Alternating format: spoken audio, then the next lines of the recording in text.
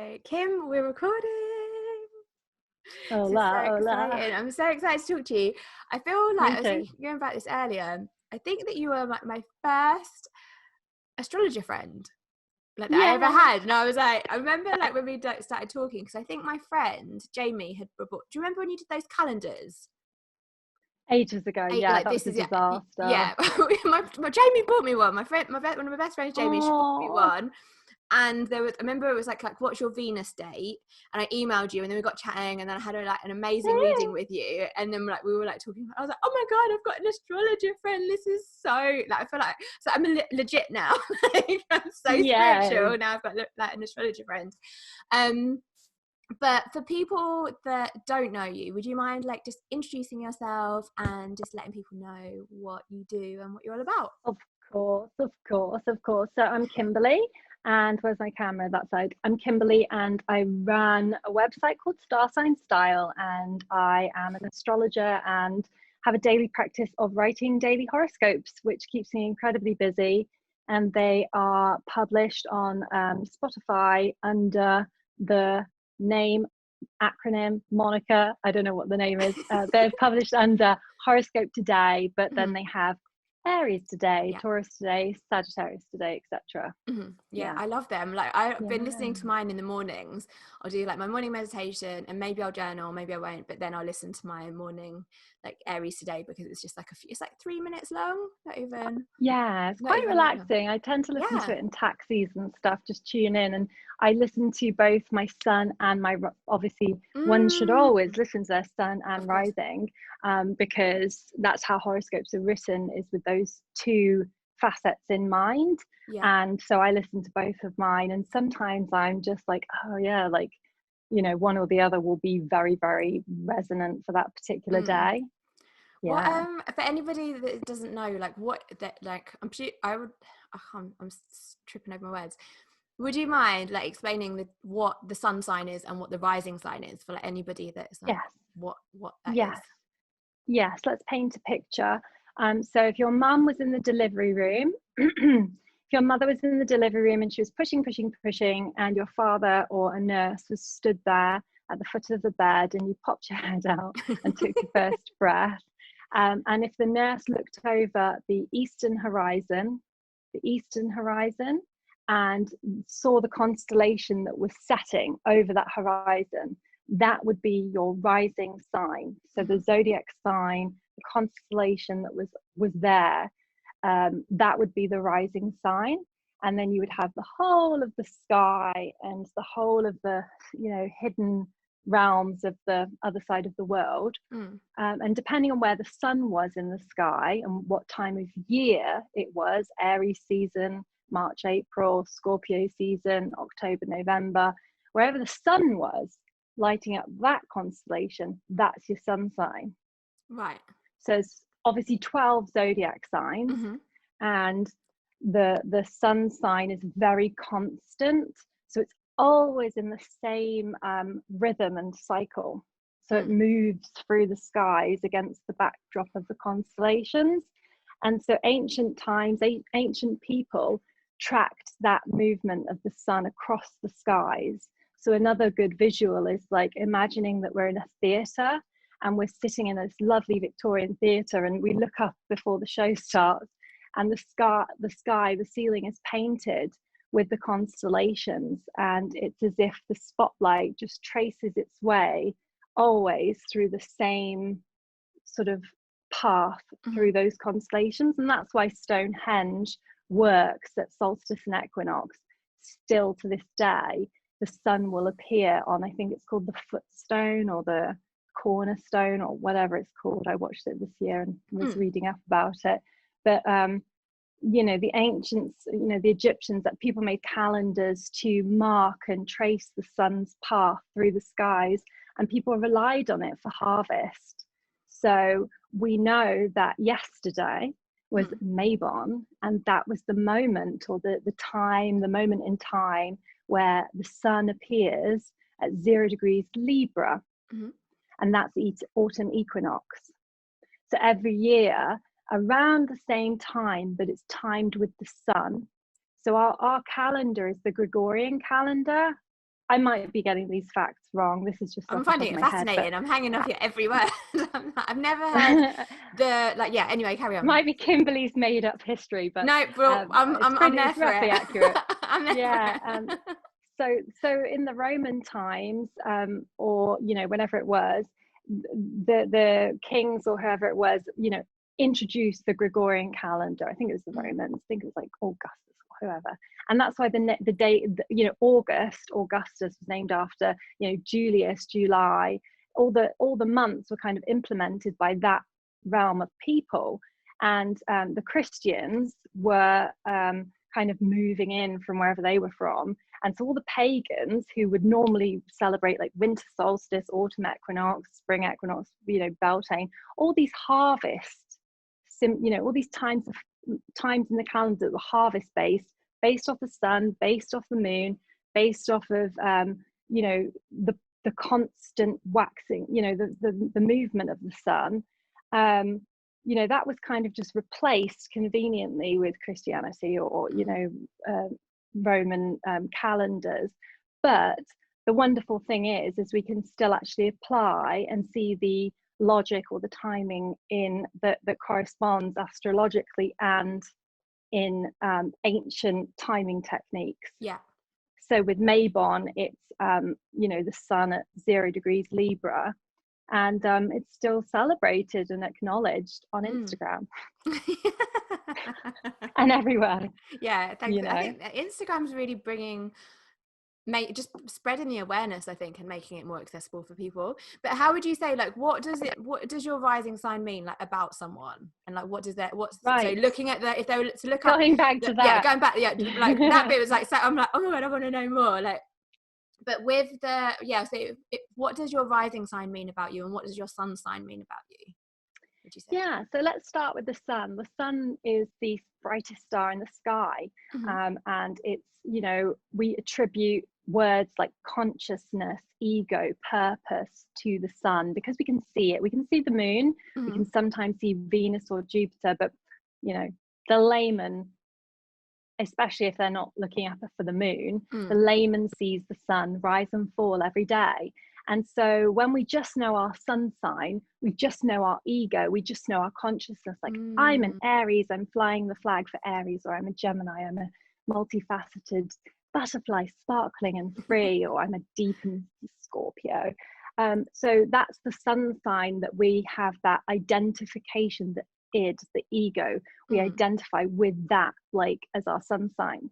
Our rising sign is something we learn when we start to get into astrology, and oftentimes people have a slight resistance against learning what their rising sign is. So I know yours. That's why, I mean, people don't talk about it a lot, and mine's changed because of I keep getting different birth dates, but then I've done this rectification, so I'm back at being rising Libra. And and when I found out my rising sign, I was like, ugh, I don't want to be a Cancer rising, because I was just so resistant against it. And I know similarly other people have had that reaction to their rising sign too. It's like a typical thing that we like, oh god, like that one. And the reason most people don't know it is because you have to physically type into the computer or ask someone to look it up for you and know your birth time. I think within a 15-minute or 1.5 hour, I think it's 1.5 hours how quickly window. It changes? Yeah, so in 24 hours, I guess what's 24 hours divided by 15, but then sometimes I think they're longer and shorter, the windows of how fast it's turning. Again, Kimberly facts might be wrong. But yeah, so you have this window to take your rising sign, and the rising sign in astrology.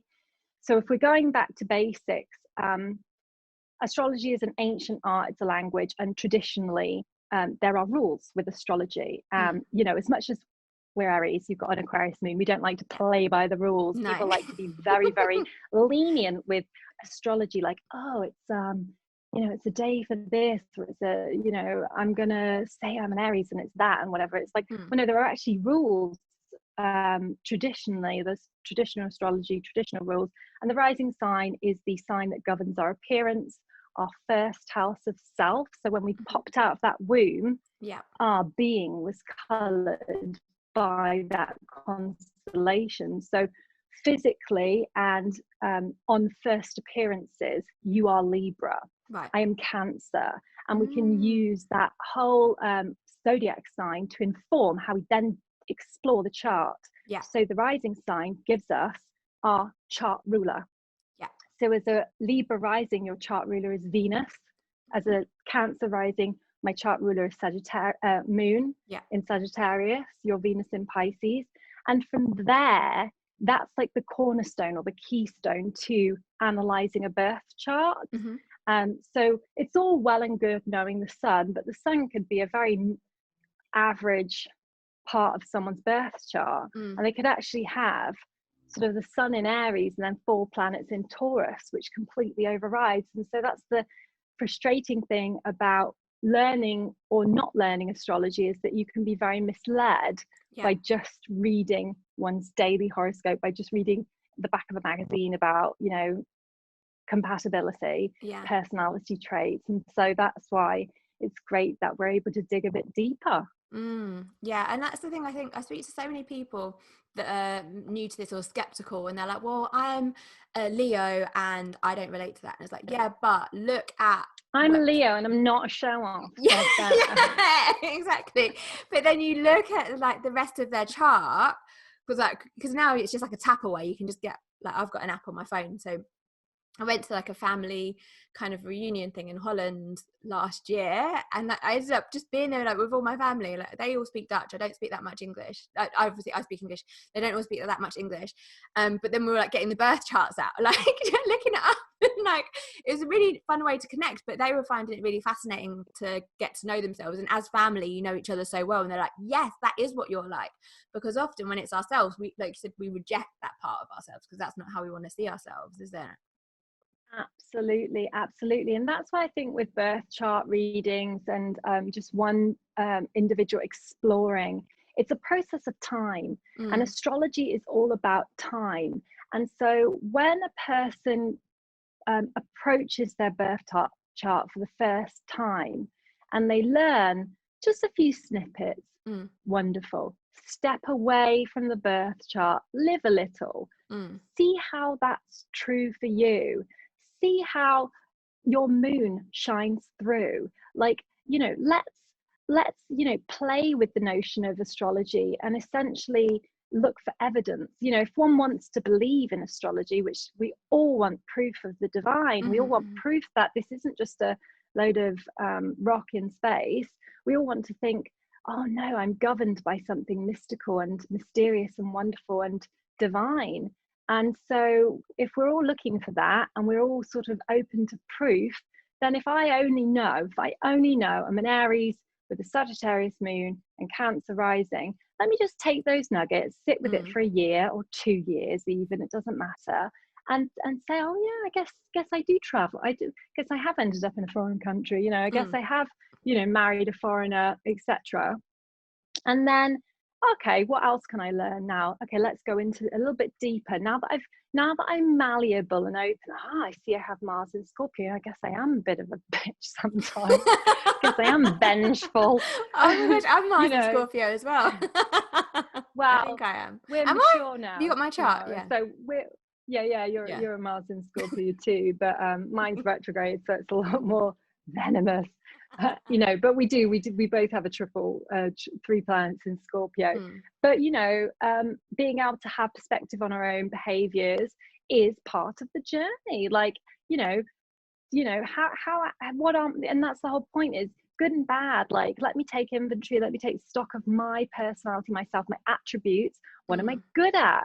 You know, and this is the wonderful gift that astrology has given me, and that I hope it gives others, is being able to see, oh, like, yeah, I guess I get a pat on the back, not just like berating oneself, but kind of like leaning into talents, leaning into challenges, leaning into opportunities for betterment, and, you know, affirming oneself. And I guess that's a lead into why I started writing about astrology, why I wanted to share what I knew to be true about it, and basically blessing others with you know, compliments of like, yeah, like this is amazing. Like if you're an Aries, you're one of the divas of the zodiac.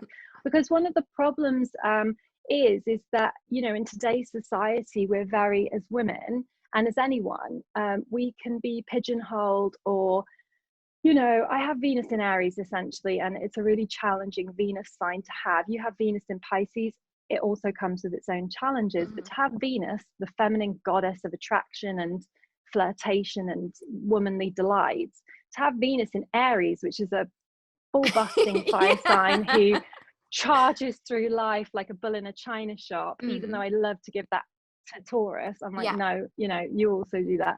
You know, it's a really unfeminine placement. And so when I was kind of going on my journey as a young woman, frustrated at the fact that I have this Mars in Scorpio, Venus in Aries combo, which is too hot to handle. And did you know that then when you were in your 20s? I mean, I knew, I when I first got into astrology at like very, very young, and I can tell you about that. But essentially Venus in Aries is really hot and heady, and basically it's very unfeminine. I've been told, but you know, then I was like, I don't see you. I see you super feminine. Because you see my Cancer rising. Tricked ya. But the Venus in Aries are very headstrong, very bossy, and basically the Venus in Aries has a bad reputation. And so I wanted to say, well, hang on a second. Yeah, if I want to be little Miss Tweedledee, yeah, it's a bad reputation to have a Venus in Aries. But actually, like, you know, Lady Gaga actually is not is she Venus in Aries? She might be Venus in Pisces. I think she's got the same birthday as me. Nevertheless, Aries. Has she? Yeah. What year as well? I don't know. Oh, well, wonderful. Yeah, she's Venus in yeah, she must be. She our I think age? Gaga. I love Gaga. Yeah. Oh. Yeah, I think she is. She's got Moon in Scorpio though. Maybe she's a year different. Has she got, because remember all the like abuse stuff she said about the rape and stuff. She's got Moon in Scorpio, I think. Oh, right. We don't know her rising sign. Anyway, for sure, like she said, a Gemini or Virgo. I think she's a Gemini, or she could be Virgo. Anyway, but yeah, Gaga, Mariah Carey, you know, Aretha Franklin, all these great divas who I love to sing along to. I was like, okay, let's celebrate this star power, and did Star Sign Style. Yeah. But rewind back to the beginning, why I got into astrology in the first place was I was very young, came across the weekend supplement, Daily Mail Weekender, year ahead, 6 years old, Jonathan Caner, opening up the paper, and what's this, mummy? What's all this? Bored at a family friend's house. Went round the whole families, 2 families, went round everyone's star signs, and they really, really deeply resonated, because my dad is a Leo rising with 6 planets, if not 7, in Leo. Right. So he's a resounding example of a Leo. He's a resounding example of a Leo. My sister's a Cancer with 2 planets and a midheaven in Cancer. So she's very Cancerian. My mum has Venus and Sun rising in Capricorn, Sagittarius rising, but these 2 planets in the first house. She's very Capricorn. I don't come from a Christian or religious background. So for me, it was very obvious that religion is storytelling for moral purposes. Yeah. And astrology is based on the real stuff. Yeah. Like so I grew up just believing. Yeah. Amazing. I love that. What I was going to say, and then how did you end up starting like Star Sign Style then? Was it for learning? Was it like singing along to Aretha Franklin and Mariah Carey? So are they Venus in Mars? Are they Venus in Mars then? I know Aretha Franklin's a Scorpio rising, Aries. I know Diana Ross in Aries, Scorpio rising. I don't know. I know Diana Ross is definitely a Scorpio rising Aries. Mariah's a Taurus rising Aries, because I love that about Mariah. She's like that sensual, like busty, lusty. That's so our generation. Like, I grew up just idolizing Mariah Carey. Well, we grew up idolizing everyone, didn't we? Yeah, very we true. grew up idolizing everyone, and again, it goes back to these deities. our deities were Yeah. pop stars, like Yeah, our and J-Lo. J-Lo and Mariah were like J-Lo, hello, Leo. I mean, what a Leo. J-Lo is I think her Venus is in Gemini, right. but she's got like I think she might be Leo rising as well. And like J-Lo, what an example of a Leo. Like, you just have to look at her. And J-Lo, it's like the visuals and the verbalization of words. And I think there's something in words as well that also speak to astrology. Like certain, like I have this weird thing while I'll meet people of the same name, like I'll double up on names. Like I'll meet Francesca, and at the same time I was working with a girl called Frankie, and I was like seeing them both like double vision, and it happens to me all the time. And whenever it does, I pay attention to a meeting, because I'm like, okay, it's a sign or a signal that I should like at least pay a little bit of attention. And yeah, so I think that there's I think words are powerful, and that words have like a lot of double meanings, and everything has meanings, doesn't it? But with astrology as well, like being named something, being bestowed with a name. I have a friend of my husband called Sol, and although he is a what's his rising, I can't remember, but he's got sun in the 10th house and a Leo midheaven, and I'm like, King Sol, Sol, sun. Like it was just, I was just like, that's such a remarkable, you know, reflection. So it's names, colors, looks, everything. Because that's like, so but go on, what were you gonna say? I was gonna say how I started Star Sign Style, but it's just all I just started it because I was so well, I had two little like serendipitous moments. I had one when I was 16. I was leaving home because my dad lived in Saudi Arabia. Long story short, I had to move out of my mum's home, and I wrote to Jonathan Caner, because he was like the main, you know, he's passed away now, but he was the main guy then. And I wrote to him, I said, how do I become an astrologer at 16? Because I was like, I need to do something. 16. And he wrote, but why back not? and It's like, when you're doing your job experience, your work experience. Right, you're thinking about it exactly a lot. And then I wrote to him, and he wrote back saying, you have to move to London. I was like, Mum, can I move to London? It was like, no, you better go and move in with your dad. So I moved, and then I just cast all dreams aside, like, right, well, if it's not happening right now, then fuck it, you know. And I just went off on this kind of trailblazing time. And I would pick up astrology books in uni. I had the big birthday, but, you know, I was always exploring and picking into it. But never in a million years would I think that I would be able to have the privilege of writing horoscopes. Like, I was just kind of like, you know, off on my merry way. And then years later, I was just so disenchanted with working for companies. And I was just like, is this all there is? Like, is this all there is? Like, is this all there is? There's no magic in the world, like, crikey. And it had just been years and years and years of just darkness. And I said a prayer, even though I'm not religious. Yeah, but sometimes in times of need, like, who doesn't do that? Who does not do that? And so I lifted my heart up, and I just said, God, like, send me a purpose. This is just crap. Like, send me something to do that does not involve this kind of corporate stuff, you know. And so and then I was also praying for a boyfriend as well. How old were you? Was that around your Saturn return?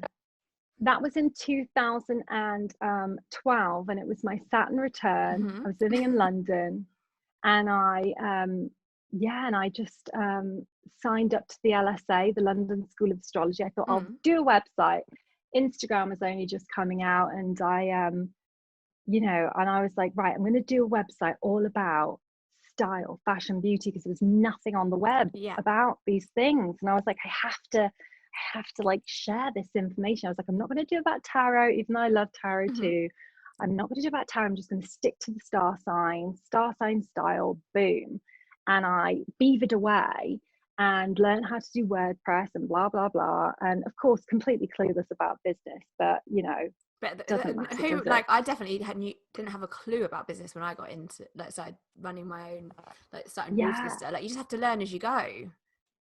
You do, you just go Yeah. with it, go with Yeah. the flow. And so, yeah, I was like, right, that's it. And I did that, studied at the LSA for a year and a half, and then I went off traveling. Mm-hmm. And as I went off traveling, the month before, I learned about astrocartography.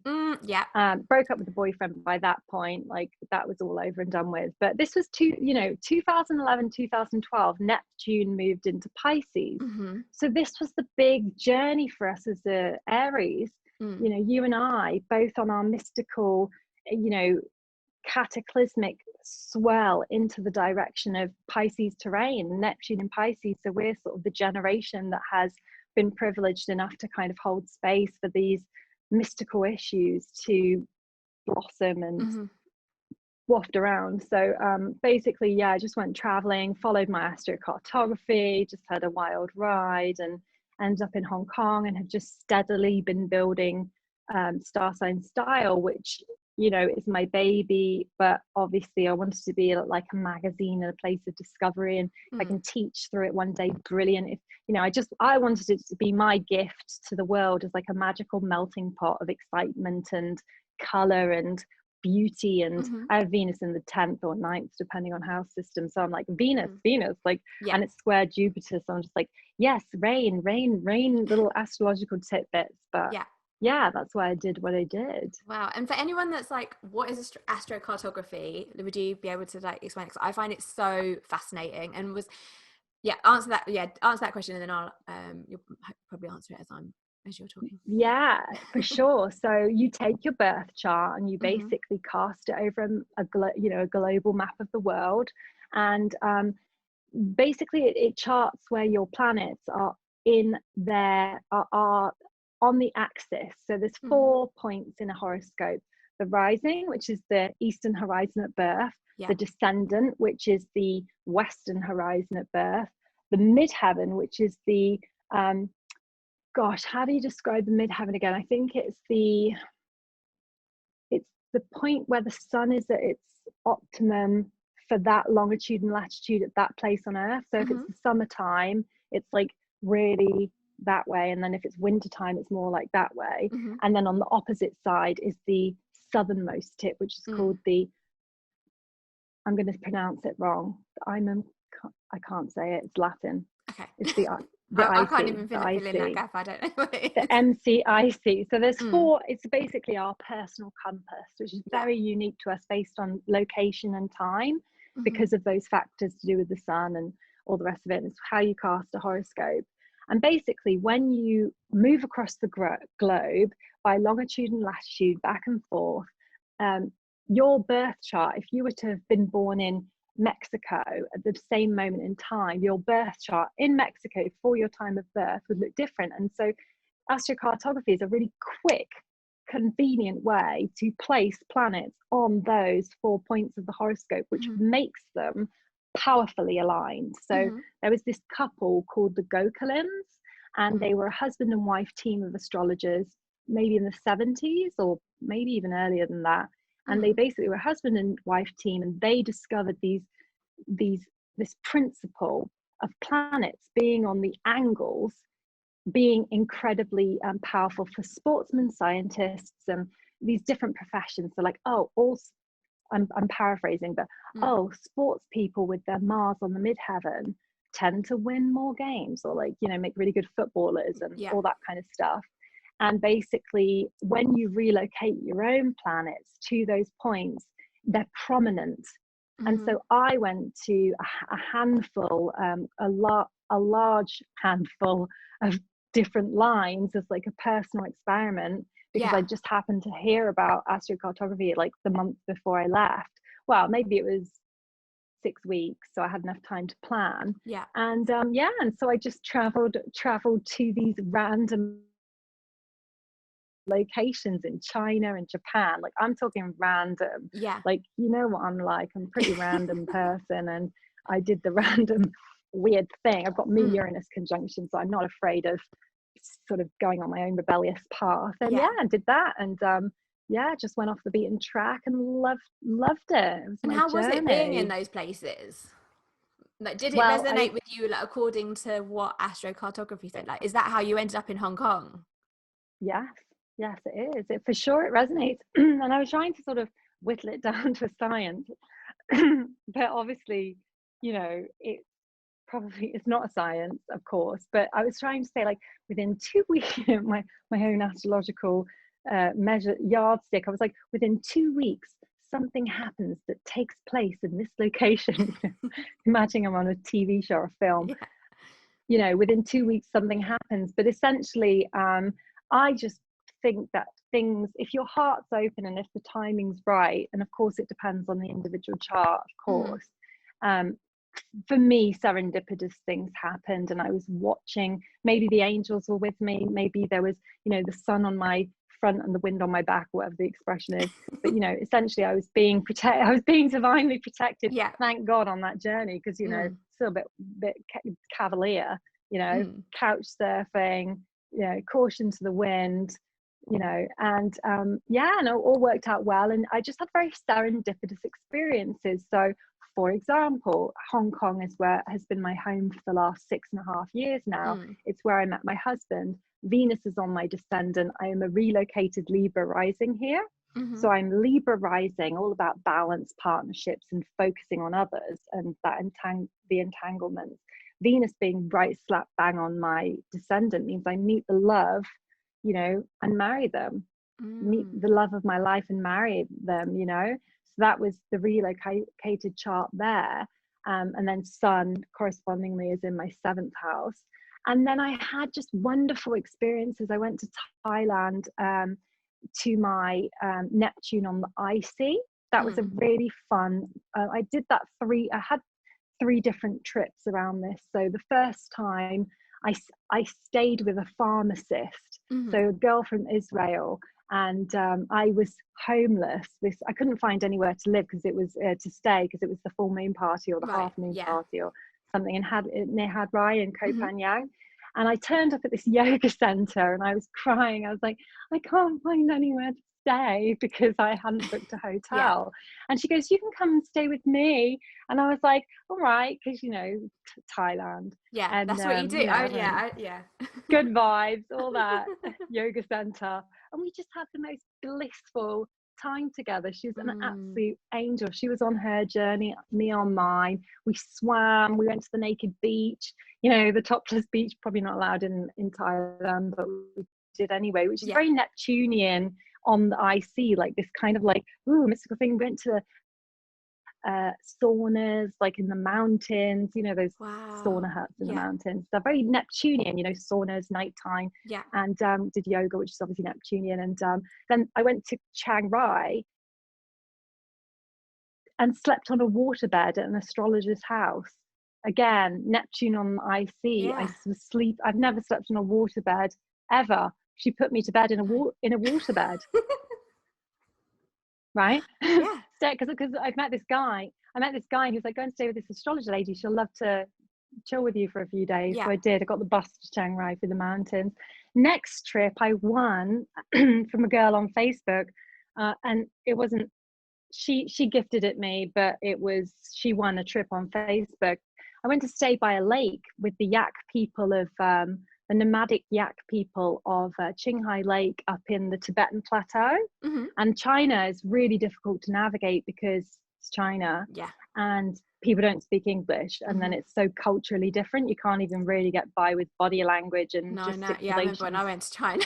I was like traveling on my own. Have you been to China? It's like it's pretty challenging. So this was thank God it was a tour guide, but we slept in these yak tents, freezing cold and all that, and we were by a lake, and this lake was so blue, like, and it was such a big lake that the moon actually pulled the tides of the lake.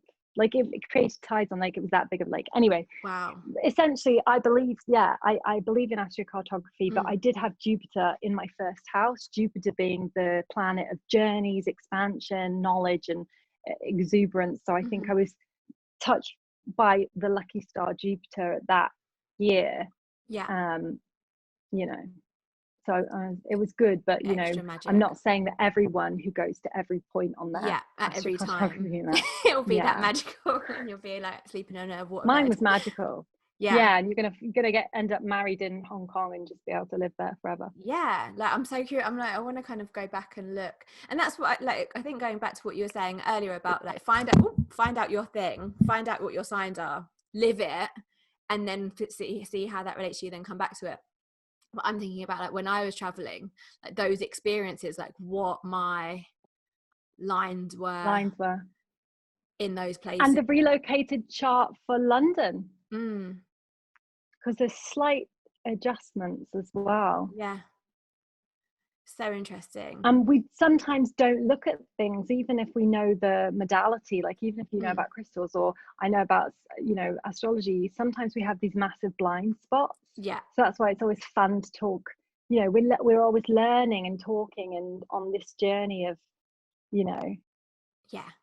That's why I love these conversations. That's why I love these podcasts, because I get to just have these chats, and it just makes you, like you said, you have these blind spots and it makes you see something differently, or it reminds you to revisit something, which I like really love. I think when I was interviewing like Francesca, we were talking about journaling, and then like I went back and like I'd seen some things, like, oh my gosh, yeah, like it's so like just seeing the connections of the new moon intentions that I'd set 6 months ago, and then what's come to fruition since that. I always just find that mind-blowing, but it's easy to forget.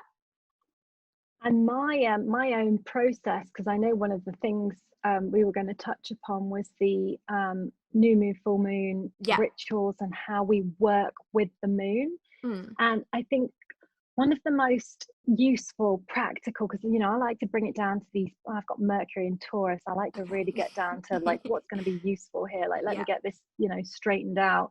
And I love to basically track everything, and I have that Mars in Scorpio, so I'm really obsessive about information and research, and basically I just make a map of my life, a timeline of all the different years, and that way I can go back in, and then basically it's really useful because, for example, we've got Jupiter in Capricorn this year, but 2008 was also a Jupiter your Jupiter is in Capricorn year as well, isn't it?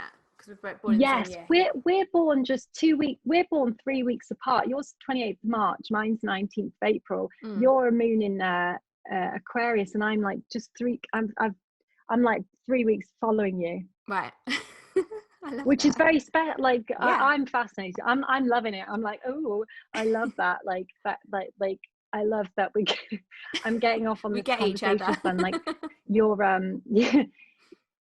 yeah, well, you've got all those planets in Aries in the 7th house, so it's really fun. It's really fun. And your Mercury's at 25 degrees, my sun's at 29 degrees, blah blah blah. You got a moon at 27. I've got the sun at 29, so it's good vibes.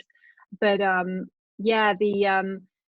if we look back at like, well, what was I doing in 2008? But the memories aren't all going to come on demand, are they? No, I can't. It's hard enough to remember what you've had for dinner. Precisely, exactly. And then sometimes I think, oh, that was a good, summer. We hear a song, and if you can jot back in, journal. Oh yeah, that summer, because we had a Venus retrograde in Gemini in the summer of 2000 and. Not 3, was it 4? 2004. So I was looking at Venus retrograde like before it happened, and I was like, well, what was happening? Like I don't know why I found that out or something. I was looking at Gemini transits, because we've both got North Node in Gemini, and the North Node is now in Gemini, and mine's a 12th house, so it's fucking horrible. No, only joking, it's not horrible, it's just uncomfortable. But I was like, oh, what happened last time? And actually Saturn, I think not Saturn, stuff was going through Gemini basically the summer of definitely we had a Venus retrograde, and I was like, damn, it was a brief Venus, it wasn't a long drawn out one like this year. But it's just interesting to think, when you have a collection of people, and this is how I write horoscopes, is you have to reference it constantly, marking it against real life examples of people like that's how we learn. Like, well, what is going on for Tamara as an Aries this year? Like, is she having a career boost highlight? Yes, she is. Like, it's the culmination with all these planets in Capricorn and whatnot. So anyway, that's how I work with the moon and these pivotal, because of course it's the eclipses that are the real birthing points and whatnot. So yeah, that's how I work with it. Is I'm obsessive about information and what's happening with other people and the timeline, the quality of time and transit. And how do you track that? Do you have like, have you got like a spreadsheet, or have you got like, you know, when they're like investigating a crime and they've got like post-it notes and like lines and pictures and planets everywhere? Like what is I your, do how do you not do have that? post-it notes. I just do it on a big Excel spreadsheet. Yeah, I've got an Excel because then I can track the Saturn and Jupiter and the cycles. So I just add in notes by year, and then I can track my age, and it's all very neat. I have a Virgo IC, so I'm coming from Virgo, shooting into Pisces. So I'm starting from a very edited, organized place, and then I get lost in the astrology. But I start from a very, you know, neat, it's got a good foundation, all on the and I've computer. got no Virgo. I wish I had some Virgo in my chart in some ways. No, you haven't. Well, you've got a Virgo 12th house, so yeah, it's your blind spot. Maybe a couple of planets in Capricorn. Yeah, you have got no Earth barely. Oh yeah, you said that. Yeah, I've got no air. You've got no air either. Libra, I'm rising. Oh, your moon's in and your moon's in Aquarius. I was just looking. Yeah. So fascinating, isn't it? I love it. What was I gonna say? But one of the things, so how you work with the phases of the moon then? Like how does, so you track it, and like what else? Yeah, all the time. Do you set intentions? Do you like have like what is there a moon that's special to you, or that would you like launch things? Because we've talked about this before, like I've messaged you like, what's a good time to maybe like launch this? How do you work with that? Yeah, well, I had an astrological consultation for my wedding day. I elected my wedding moment of signing the registry, so that was elected. But generally speaking, I track the moon constantly. Haircuts, you know, everything's monitored in terms of cycles. And then, so today I've been writing the horoscope for the full moon in Gemini on November 30th. So I've been writing today. So I'm coming to the end of my November horoscope. So I'm in the future. And essentially the way I work with astrology is I'm gobbling up information and data ahead of time. And it kind of like, I breathe it in and I allow it to settle. And basically then I just move through life with a general awareness of what's coming. And I like that, you know, I like the fact that it doesn't have to be scrupulously minutiae, although I am constantly looking at it, but it's more like I like to work with the overarching themes, and then kind of, I guess it's just like looking at a clock, right? I guess for me, the way I work with it is that I'm constantly looking at how the stars are breathing and what the patterns are, and then I move through it. So I allow what's going to happen, and then I'm constantly checking back. Like for example, my supper last night, where, you know, my autumn equinox times dinner, you know, and then I look back and I say, oh, okay, like let's see how the themes of our conversation were actually kind of like mapped out in that moment, and then I laugh to myself, and then I move on to the next day. So you do it. So you do it more reflective then, rather than as a like. Both, because for example, I'm very hell-bent on having a Halloween bloody party this year because of the full moon in Taurus, and the time is on point for Hong Kong, because the full moon is evening time in Hong Kong. So I'm like, get your witches' brooms out, you know, let's do it. It's a Saturday night. So of course I'm ready for that full moon and it's in Taurus. So it's, for me, it's in my community house. So I'm like, what better time to gather my chicks into my nest and have witches time, dinner party, fabulous, you know, because of COVID, obviously. Are you limited to how many people you can be together then? 4. Okay. Restaurants is 4 right now, and so only 4 people at a table. And then home gatherings, I have to check, but I think it's like, I think private gatherings are all right, but then weddings, they've got a restriction on 20 with no reception, and I have to double check, but it's kind of all right.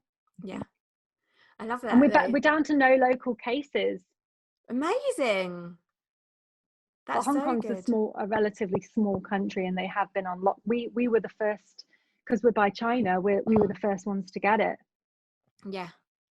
So we've been in lockdown way before UK. Yeah.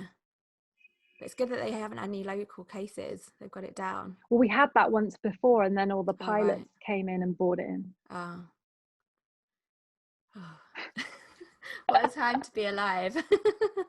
Yeah, it's crazy. But at least we have the shift into Aquarius in December. With what, when Jupiter? With to Jupiter. Look forward to. We have. Is it when Jupiter moves Saturn into and Aquarius? Jupiter with. Okay, both of them. And Saturn, both. Yeah, both shift signs within a week of each other. So there is change afoot. You know, there's going to be relief. I feel like relief, or just some kind of change in the air, and yeah, like, you know, it's just battening down the hatches till that point. Just doing what you can to stay grounded amongst it. Doing what you can to stay sane. It's how I feel like, you know, heaven is a place on earth, and so is hell. And like, I think that many of us, with this Plutonian intensified landscape, we've been living through hell. Yeah. Little personal hellish time in different ways. Going back to like what you were saying about like being like thinking of like grounding, and like you doing the horoscopes that are ahead, like a few months ahead. How does that feel, like when you're kind of living in the future and you're channeling that and you're gathering that information, and then you come back? love it. I feel like a super sleuth. I feel like a little super spy, super sleuth. But then I kind of drop it, you know, like I'm sort of researching and like moving through, and then detailing and enjoying. But it's a shame because, you know, I feel like I'm on point at the time, and if only I could share it more broadly in a very direct way, it would be good. But, you know, in time maybe, but for now the daily podcasts are there. But yeah, I love daily horoscopes. I know they're kind of pedestrian because they are reductive to one star sign, but I mean, it's a weather forecast. It's the general, you know. And I loved growing up reading my daily horoscope, and so I don't take too much offense. Like, you know, some astrologers would look down their nose on writing a daily horoscope. They would think it's reductive, or like not honoring it's not honoring it enough. But from day one, my purpose with astrology has been to reach the masses with this wonderful subject that I believe is absolutely true, or at least can be true, and then to try and touch as many people with it, to just try and like deliver that message that there is cycles, you know, we're breathing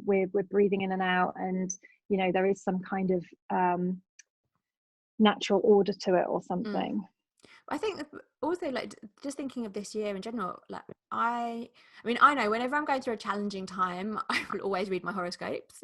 Like, just as like, is everything going to be okay? What do I need to focus on my energy? Like, what's going on outside of me? I find them really helpful. Like, and I think that you need different levels of astrology, because the horoscopes are an entry point for most people to the rest of it. So if you didn't have the daily star horoscopes, how would people find out about it?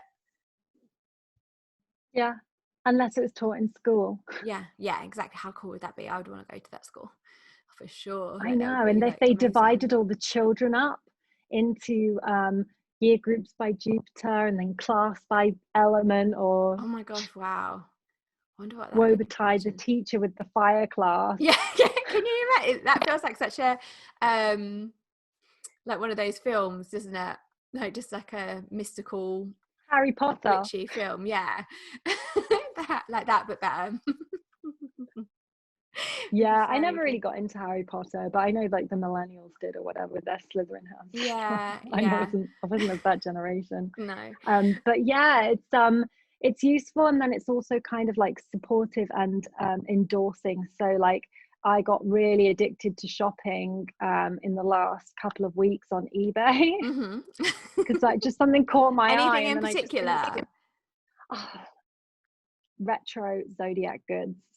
That's I think you need full permission to have that. Check it out. Like, I don't have a house, but sometimes, you know, with this whole North Node through Cancer, I was getting very clucky about, like, I wish I had a house and these Instagram posts, all these lovely interiors on them. I was like, oh, I would love to have a house full of crap, you know, like glasses and shit and sofas and puffy beautiful chairs and whatnot, like, which I just am so far away from, just like kind of like makes me sad. But then I was seeing all this retro vintage barware on eBay of like zodiac stuff, and I was like, I need that. Like, I need to catalog things and make, you know, have it ready for when you do have your house. Have it ready, exactly. But my husband's like, stop going so crazy on eBay. You need to delete that app. I was like, until all the money in PayPal is gone, I shall not surrender the app. Yeah. But I'm almost done. But I buy books as well. I've book depository. I've been buying too many books on book depository. But I was like, Mercury's in Cancer. What am I gonna do? Yeah. Like, I think you go through phases. Yeah, these feeling like articulate. It's so easy to get addicted to it. You start looking for one thing, and then you're just in it. It's like just social media, isn't it? I don't know how we lived before apps and stuff. And podcasts as well. Like, podcasts have been having this wonderful, like, soothing effect on me as well. Like, when I'm just walking and I have the earpods in, and it cancels out like this noisy city, and so, and it's wonderful for you to do this podcast while the North Node is in your 9th house of broadcasting. Wonder if that's maybe what gave me the push to do it. 100% it was. Well, not 100, but I imagine it was. High chance. Yeah. Absolutely. I love it. You did. Yeah. No, maybe not. But... likely. Yeah. I mean, it depends. If the Venus retrograde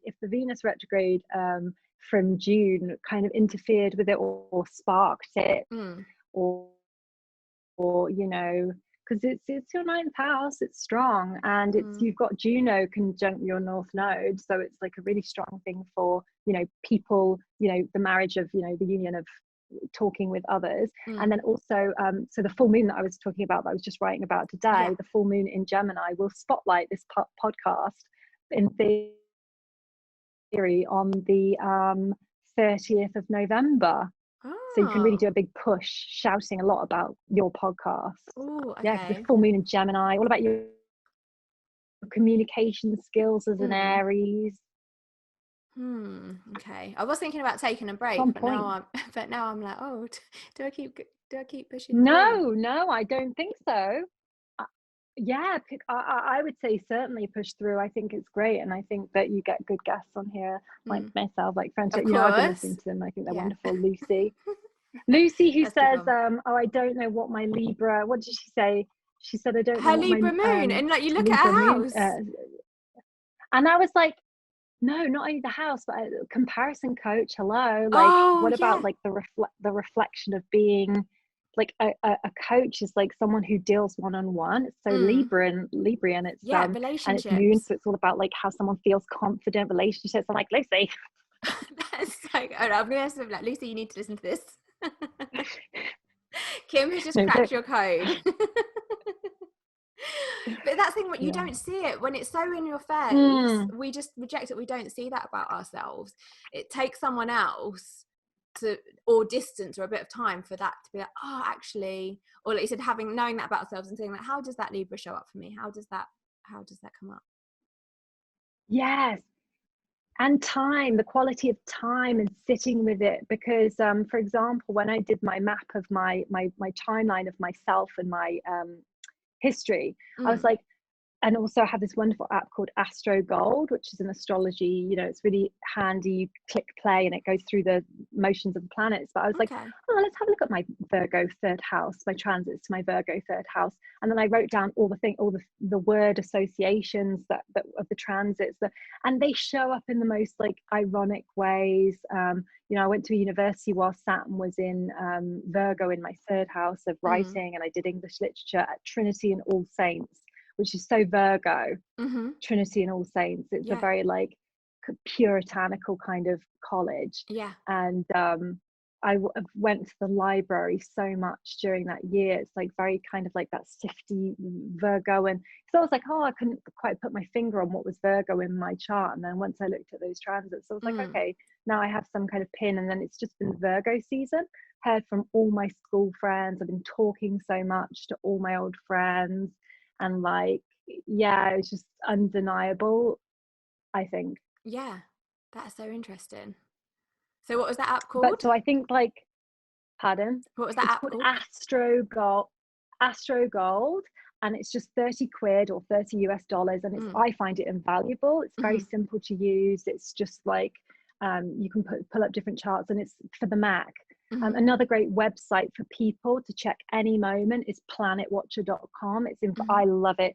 If you click on planetwatcher.com, it gives you the chart of the moment. It also gives you transits down the left-hand side, and then you can scroll back and forth. It's a little bit hard on iPhone, but if you're on a computer, you can just click through the dates and just see, oh, well, when did Saturn go into Capricorn? And it's just, for me, it's about the moon and about that very tangible monthly motion, but it's also about like the broader perspective we have, you know. But the moon and the eclipses really are like the action points, or the kind of significant dramatic moments as well, like especially eclipses, like eclipse season, intense. Because of the North Node, like pulling in those energies, and so even if you were to track the nodal path through your own chart and your own timeline, and say, oh, that 1.5 years I was doing that, and then it shifted, and how does that relate? So there's so much that can be eked out even in one's personal time without having to pay an astrologer. Like there are so many ways, tools for self-reflection, but we just need to know what they are, because otherwise we're just like clueless. And we can read a horoscope, but it's always rich and rewarding to do it ourselves and have time to sit with information that's not pressurized. But I would also tell listeners that a lot of what we read on the internet is a lot of horse manure, because there are some real interpretations that just really make us not feel good, and they're sort of like scaremongering almost, and it's all relative, you know. It's all relative of, you know, what one's, you know, whatever in the 12th house, or, you know, Pluto conjunct the moon or whatever. It's just sometimes they can be really dour. I think it's just having just little, what's the word, I can't think what the word is, but just having an awareness of what you're reading, how that makes you feel. Because like if it doesn't, it's not cherry picking, it's like, does this resonate with me or not? But also like, is this empowering me? Is this like, this might be not an ideal situation according to the stars, but is this being explained to me in a way that gives me something to work with, rather than saying go and hide under a rock for the next couple of weeks. And we can only really we can only receive information when we're ready to hear it, because so many things, like we're not ready for, like sometimes we're not ready until we're ready. And then that's why you said, you know, when you're in desperate times, you read your horoscope, you're having a bad day and you read your horoscope, what's going on with the stars, like why am I so angry, or, you know, why am I frustrated today, why are things not going my way?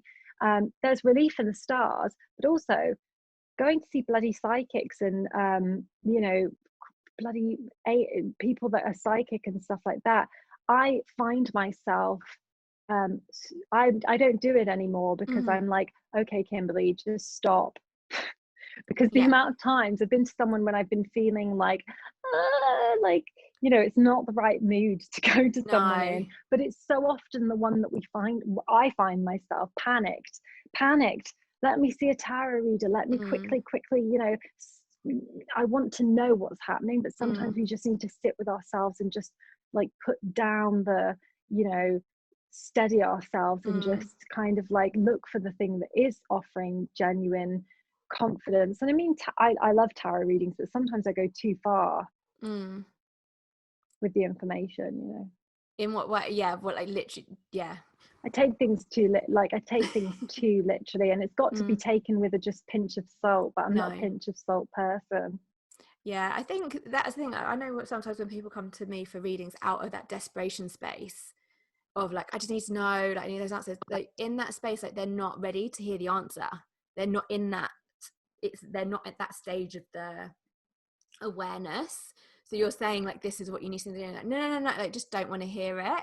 And then often a couple of weeks later or a month later, I'm like, you said that thing, actually, this is like what I need to do. It's like, yeah, you need to have that space. Like, this isn't, being in that space of desperation isn't always the best reason, but it's often the time that people do go for it. And I think something like often people will record when I do a tarot reading for them, and they listen back to it 6 months later or something, and they're like, oh my gosh, that thing that you said then, didn't even hear you say that the first time, but this is exactly what I needed to know now, or this is how it's played out, and this is what I need to do. And if I hadn't have had that kind of seed planted, I wouldn't have opened up that space to allow that to happen.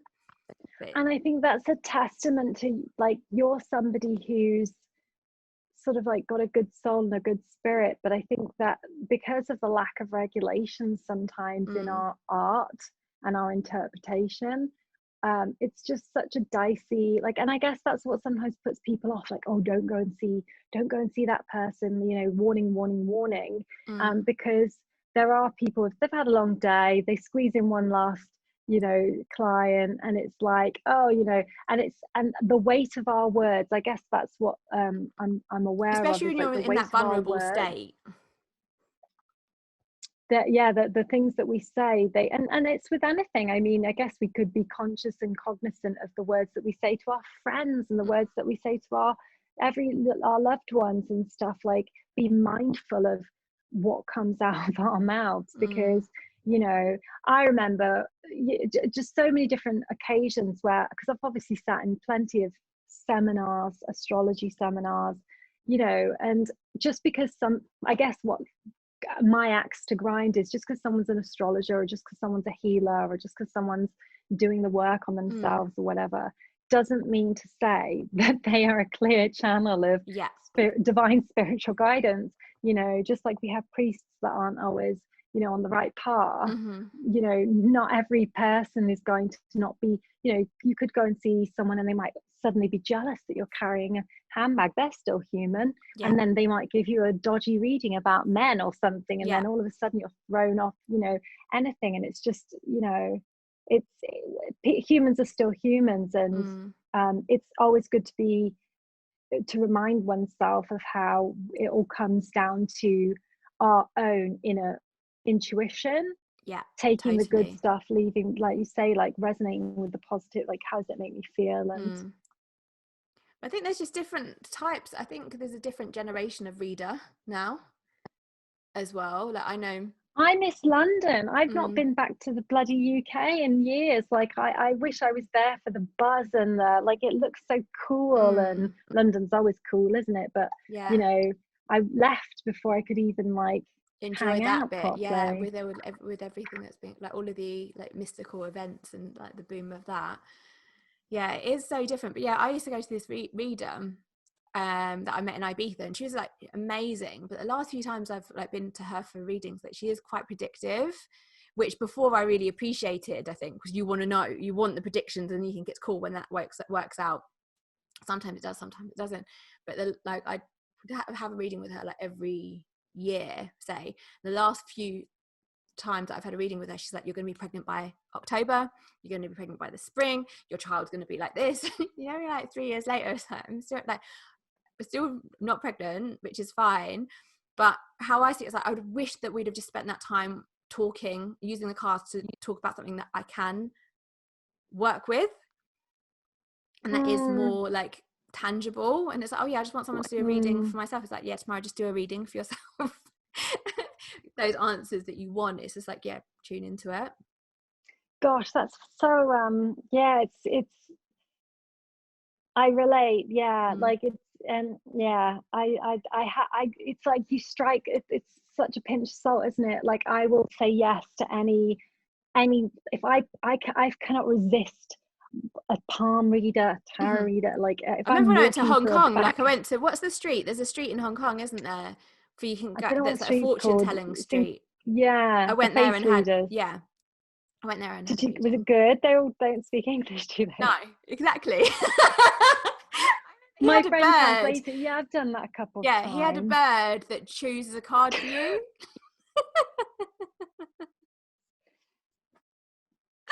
And so he like, the bird's there, and then the bird just like gets up, like jumps off its little perch, and then like pulls out a card and gave you the card. Oh God, talking parrot. I saw a lady in Penang, and she didn't speak a word of English, but she was like spot on. And I was like, I wonder if I can seek out that lady in Penang again, which is like random island off Malaysia. Like there are magical people. There are magical gifted people. You have to get them on the right day. Yeah. You have to get them on the right day. You probably can't keep going back to see them again and again. And you have to listen to what they say, because I saw a tarot reader at a Christmas party. I was working the Christmas party. I was doing like readings myself, and she was there. She said, come on, let's do a reading before the guests start rolling in.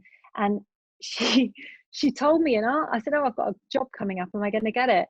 And she said, oh, there's 3 contestants, there's 3 people trying to get the job. No, you're not going to get it. The lady's still deciding, but I don't think you are. And I didn't hear it, and I was like, no, you must be wrong. I was like, no, pull them again. And she was like, oh, yeah, it's fine and whatnot. And then I didn't get the job. And I was like, but. And it was just like, oh, well, another lesson, such a bitter pill to swallow. But, we have to have both ears operating open to reality. Definitely. And that was eclipse season with Capricorn. I was like, oh, I'm guaranteed to like get this gig, and it's Capricorn season, it's my time for blah blah blah blah blah. Nope. Yeah, I think sometimes, like we were saying earlier, we're just not ready to hear the answer, or we don't want to, because we're so attached to the outcome. Yeah, and then it's chasing the tail as well, round and around and around. But and that's why I think, aside from all the mystical processes about coming back to acceptance and the tools that are most useful for us as human beings, which is not giving too much over to other people, taking it back ourselves, using that feminine, obviously meaning boys and girls, feminine energy, that yin, soft, reflective inward voice, that inward energy. And that's why I think it's just so wonderful that there are all these astrology apps and resources that people can use for themselves, because it's not something that's exclusive, and it's not something that should be exclusive, and it should be kind of available to everyone to have tools for self-reflection, like am I being pushy and bossy, or is this just assertiveness, And even I don't know if it was like with Mars, because I was born in the shadow of Mars retrograde. Yeah, you were. And with Mars pre-shadow. Pre-shadow. Pre-shadow. I was like, I can't remember what my horoscopes was saying, but it was around like just taking a moment to, like, before you react or respond to something. And I think if I hadn't have read that, I probably would react and respond quickly and then regret it.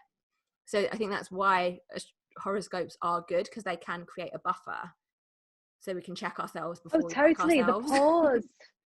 Absolutely. And understanding your Mars and understanding those planets in Scorpio as a subplot to your Aries planets, like that's major. Like it's huge. Every planet has a role to play in our psyche, in the stage of our lives, and I have the same combination. It's a lot. It's a lot, and not everyone has that. My husband, with all his air planets, I can tell he doesn't get me. Like, I'm so water. I'm so like freaking Cancer rising with like triple conjunction in Scorpio, and I know he looks at me like, why are you crying? I'll cry at Neighbours, like I'll cry at the adverts. Do you know what I mean? You still watch Neighbours? No, I'm joking. I'm just like, as an example. I don't know. I've only got Netflix, but I trapped my shoulder today, and I was like laughing, but then I started crying. So I was like, but it really hurts. I'll cry on a whim. But it's Cancer rising. But I think again, with him with all that Aquarius. Oh God, moving Venus in bloody Capricorn as well, hard ass. No, only joking. But he has a moon in Cancer. Cancer. It's a masculine moon in Cancer. But it's good for us to understand others as well. Like if we understand our parents, if we understand where we're from, that's huge. you know, our friends' tendencies. You know, that's beautiful to understand what a friend's going through. And, you know, that really has been, I think that every community needs an astrologer, like obviously, or healers, or anyone, you know, communities, like having that person to turn towards and go, oh, like what's going on, and just, or, you know, people who are spiritual and on the spiritual path, and who, you know, and as I said, not all astrologers are spiritual, you know, some of them are arseholes potentially. Some, you know, some are, and then you know, so it's having people in a circle of women, and a community, a town, a district, you know. But I feel like it's among friends, like it's having someone to keep an eye on the others, just emotionally and stuff. But, you know, different strokes, different folks. But I find it a very richly rewarding part of my life, is to be able to not is to check in on my friends freely and just keep tabs, and it rewards me in the same way as it perhaps is useful for them, in that I get to track the horoscopes I'm writing, and make sure that they have breadth to them, because 12 signs, to distill everything, you need a lot of research, like examples to like Wow. And funnily enough, the reason why I think that it works with both rising and sun is because it's undeniable that that yearly horoscope, or that yearly, or the daily horoscope, or anything, like, we're both Aries, and those transits of Capricorn and Cancer last year / this year have undeniably been, for both of us, career years. Like Christmas 2019 being that big step for both of us, like having that, like that boot in the door. You know, I would say it was pretty like obvious for me, and it's like, that's just our sun signs. So I think there is some kind of science to, not science, but theory to, like, accuracy to it. I think so as well. Preaching to the converted babes. Just for everyone else out there. But I think most people that would be listening to this, like, or just like, because I think when you talk about astrology to skeptics, they're so quick to challenge you with it, and I think having these conversations, or even just listening to them, it gives you a little bit more of a vocabulary to explain it. Like one of like two of my really good friends, like they've just had twins, and I was talking about astrology, and I was like, oh yeah, like they are, like, they're Aries, but they're twins, and their moon is in Gemini. And oh, lovely. And she's like, well, how is that then? Because they were both like born a minute apart. So then I was researching it after, and I was like, that's so interesting. So they will take different parts of the chart then, so they will kind of like fit into their own dynamic with that. So I was like, that was really interesting. Yeah, it's really tough because twins, man. I was with some twins yesterday. They're 7 years old. They're two little Virgos, and they've just turned 7, and they're so different. And I just look at them, and I'm like, and I must ask their mum again. Do you see what their the time chart? Like, is. do you know about that? Like, I looked at it. I looked at it ages ago. I'm more interested in their mum, really, because I don't like to sort of observe children too much of their, you know, they're so their children, like, I will look at it again, but they're just loud. Do you know what I mean? Like, so loud, so naughty, but so gorgeous, but naughty. But they're funny. But these twins, they're such chalk and cheese. But I like what you just said there, because I've forgotten that point of, like, we externalize part of our chart. So if we're not living it, so that's really interesting for people who have a yin yang type of chart with lots of planets in two opposite sides, and how they can embody, say, Virgo, and then externalize the Pisces. So if they have like a Pisces moon or something like that, and it's, you know, that's the interesting thing about people in relationships. So they might say, oh, like, that sounds more like my boyfriend or my husband, but like and it's because they're playing out. And it's a tricky one to know whether we should completely embody our chart and every facet of it, or whether it's very useful when things are externalized. But I guess things are always externalized because we live in the world, so things have to represent, like, my client, you know, played out by Capricorn, planets in Capricorn, or my husband, or, you know, my friends. Like, of course they show up as different things, but being a twin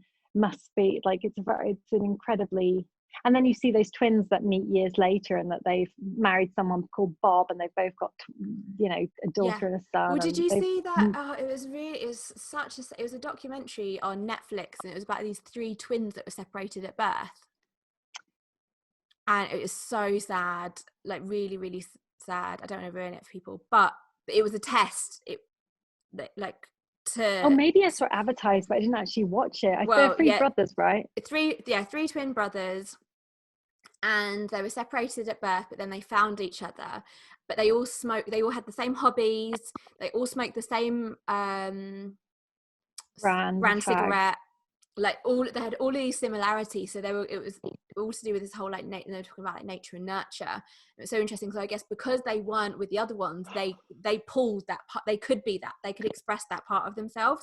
Whereas if they'd have grown up together, they might not have. Because we all, again, ego. We want to be an individual, don't we? There's something in us that wants to stand apart in our own way or be seen. So maybe if they'd have been brought up together, they wouldn't have all liked the same brand cigarette, or they wouldn't want to have done football, but would have wanted to be good at theatre, or you know, or something else to differentiate themselves. I wonder if their brain just broke when they met each other, and they're like, but you and me. Yeah, watch it. Watch it. It's interesting, but it is sad. Yeah, these things are fascinating, like human experiences like that. That's the kind of stuff. We're both Mars and Scorpio. We like these true human psychological crime stuff. I'm watching Nurse Ratched. Oh my gosh, I want to watch that. My boyfriend was like, nah, so I need to start watching that without him. It's not, we've got very different tastes. Oh, you there? My screen has frozen. Oh, I can hear you. Have you? Is your yeah? My hubby doesn't watch TV with me. He goes off and does his own thing. Yeah, we've got completely different taste in TV. But he saying that he chose the triplets thing. He chose that, and then I like got into it with him. I was glad I watched Game of Thrones. We jam packed watched it all of 2019, but it was very reflective of the astrology of so. Just to be geeky, which all astrologers are, I watch TV, but I also check the astrology at the same time. I can't watch a TV show without constantly. So when you say you check the astrology, like what do you mean then? So what do you do? For example, The Last Dance with Michael Jordan and you know, the basketball player, the Bulls. Yeah. So they chart every single game. Every single game, they had a start date, a location, when he went to Paris.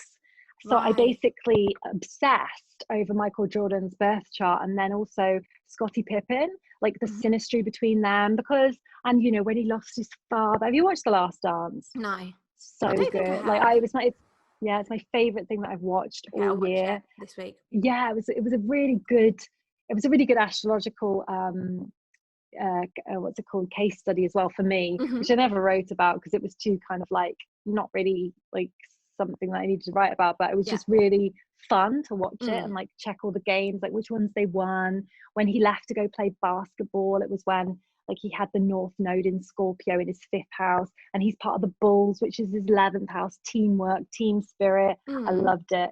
I loved watching it.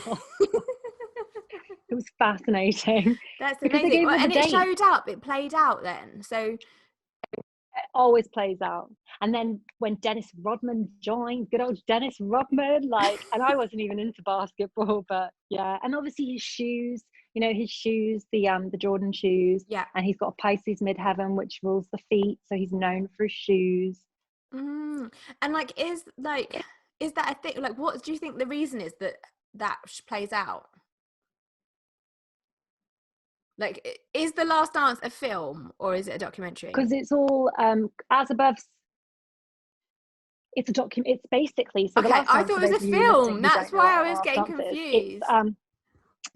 It's a series on television. I think it's like I don't know where it's from. It's from America, but I don't know if it's like HBO. I don't know what the place you would pick it up, but it's basically tracking Michael Jordan's career from childhood. It's so good. And then in the last sort of days of the bulls as they were the dream team, and like basically it charts and it kind of goes forward in time, back in time, forward in time, like, and you know, basically the seasons that they played. But every time they announce a game, like this game was like, then they did this, then they did that, then they did this. So it was all like essentially time again, like back and forth, like, and then winning games, losing games, like when he like it just tracks. Wow. Okay. And then the other one I watched was and then I can't watch a TV show without looking at the birth charts of the main characters. Okay, so that's how. So you do that for TV shows, for like a made-up TV, something fictional as well. Yeah, because I find that the actors reflect the characters they play. In a way, you know, like. So do you look up the actor or the character's birth chart? The actor. Yeah. So yeah, like I just quickly like look them up, see what kind of a year they have, like see what they're up to. Although I did that. Who was it? I was watching I Am Not Your Guru with Tony Robbins. Oh, I liked her. Yeah, he's funny, and because I was like, what is he? Like, what is he? I've done that. I have done that with a couple of people, and he's got. I think he's Pisces. So I was like, I get it now. Yeah, and he had that complicated relationship with his mother. Fabulous. That I know. I love it as well. And Brad Pitt and Jennifer Aniston, just looked at their synastry. Yeah, loved it.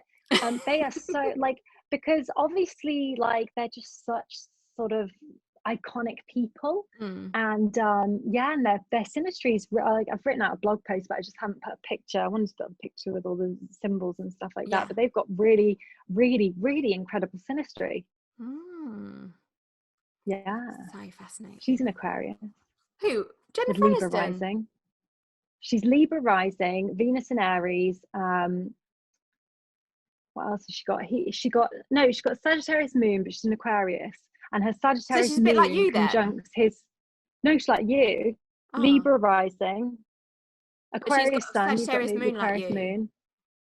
She's got Sagittarius moon like me. And Mars and Venus like and you Venus as well. and Aries. Venus and Aries, yeah. Venus and Aries like me. Yeah. And that's why I love Jennifer Aniston, is because she's that fearless, independent woman. I do love Jennifer Aniston.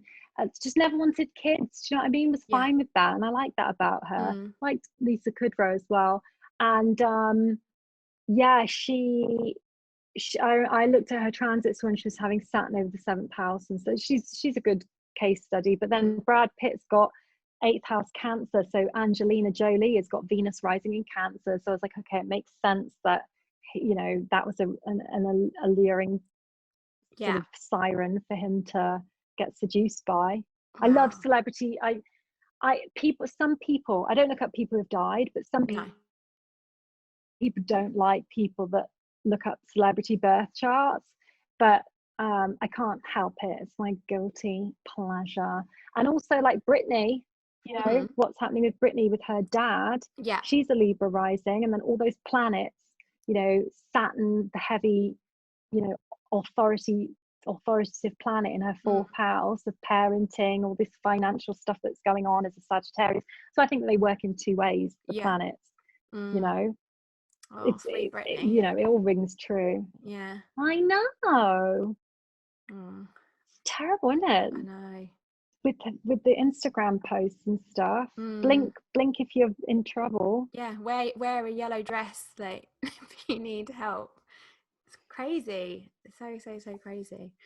Right, we're gonna wrap up on that note. Lovely. A question that I'm asking everybody on this podcast is that if you could go to another phase in your life, whether it was to go back and tell yourself something, or to just enjoy it, or take something from that moment, what would it be?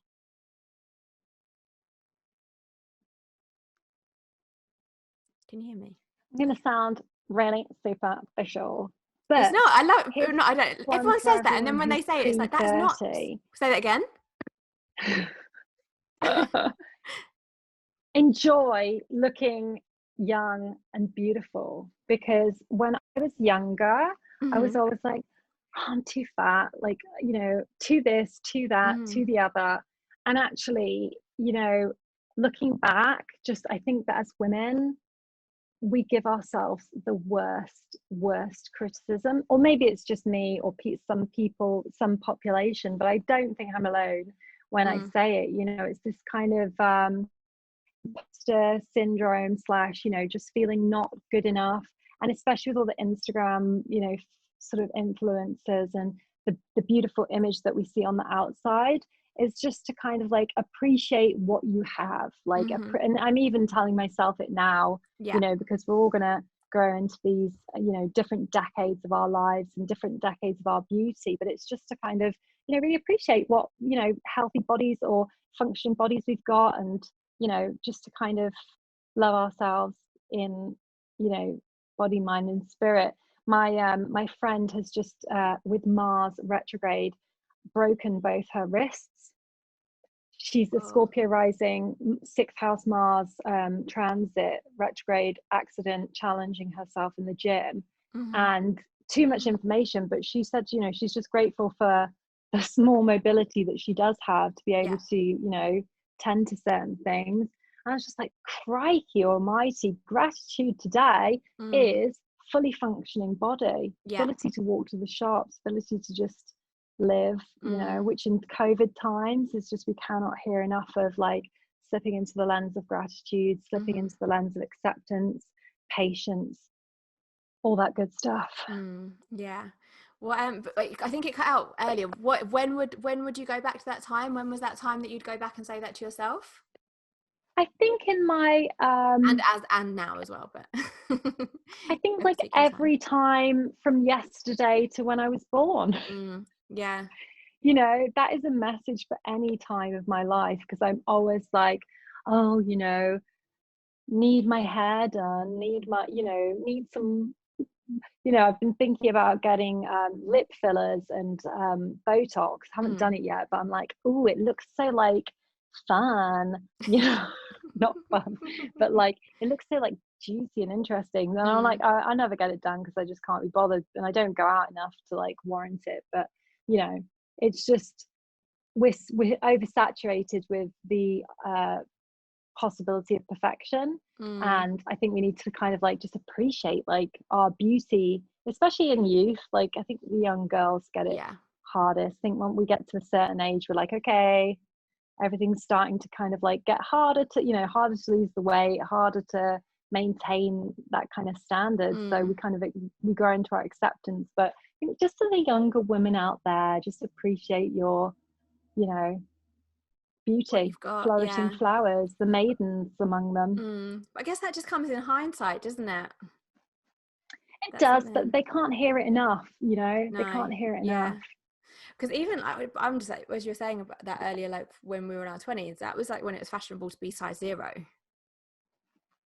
Yeah, well, it's kind of like, I know people say it's not now, but like it kind of you know, it is a bit different. I think it's more even athletic. harder now. It's more of a but it's, you know, I don't know, they're still pretty blooming. I don't know, like there's I something, still think it's just it's morphed into something else. Yeah, I think unless they smash the you know, and that's why I feel conflicted about sometimes running a magazine website of these idealized visions of beauty and stuff like that. It's a very fine line, and it's obviously because men have been in charge of you know, advertising, and we've all been swept up in it. But you know, we want to be healthy too, you know. I feel much better when I'm feeling a little bit like cleaner and leaner and not eating sugar and shit, you know. So it's a fine line, but we've got to kind of, you know, make the best of it and make the best of ourselves. And but yeah, it was a difficult era that we grew up in with in terms of like pressure, you know. It's difficult now as well, but I don't know when it was more difficult, but I think women have always had it, you know. Maybe it's because I'm a woman, but I think women have always had these kind of expectations and berating the self and just fitting into norms in bunny ears, isn't it? Doing what we can to fit in or live up to other standards. But so if anybody wants to find you, where can they find you? If they come to Star Sign Style on Instagram, Star Sign Style, they will see the new collages that I'm making. I'm trying to do archetypes. Do you like it? Yeah. I'm enjoying making them, and I just thought I don't really care if they get any likes, but exactly. I just That's all love that matters, making I them. think, when you're enjoying doing it. The art. Yeah. So I'm loving like colors and basically distilling down the archetypes. So on my Virgo one, Keanu Reeves is like Virgo rising with like many planets in Virgo, and just doing all that. So yeah, and then also the daily horoscopes. Add horoscope today, just search for your star sign, put it in. Scorpio today, Sagittarius today, Capricorn today, Aquarius today. Just, you will love it. And and just keep and just watch this space. And I just want to have something wonderful to offer. I will come and tap on your door with your ongoing podcast. Yay. And spread the good word, or I'll just be around and about in the ether. Amazing. Or on WhatsApp. Our WhatsApp messages are so long. I love WhatsApp voice messages. What a blessing of the new modern age that is. Yeah, I do. My WhatsApp is like only friends. Like I don't have any work conversations in my WhatsApp. Like I just have to keep one space like sacred. And I voice note Francesca quite a lot as well. My boyfriend's like, why can't you just call her? Like, why do you what are you doing? Because I think when you voice note, you just download such a lot of information. You just get it all out, and then the other person hears it and then just responds to the, the important stuff. Or I love it too. Yeah, I really vibe with WhatsApp. Here's good. Amazing. Well, thank you so much.